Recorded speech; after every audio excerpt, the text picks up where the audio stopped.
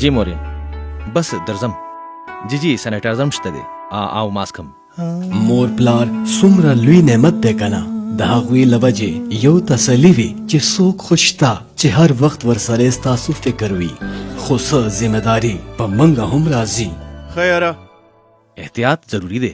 هیڅ نه کېږي یاره. دا ما ته لګېدی شي کومه نه چې شاید ما ته دومره خطره نه وي، خو دا زما مور پلار ته لګېدی شي چې هغوی لپاره دا ډیره خطرناکه خبره ده. د کرونا وایرس نه بچ کېدو لپاره همیشه خپل لاسونه تر 20 سکنډه په صابون وینځئ، د یو بل نه کم از کم 6 فوټه فاصله ساتئ او د لاس ملا وهلو نه ډډه وکړئ.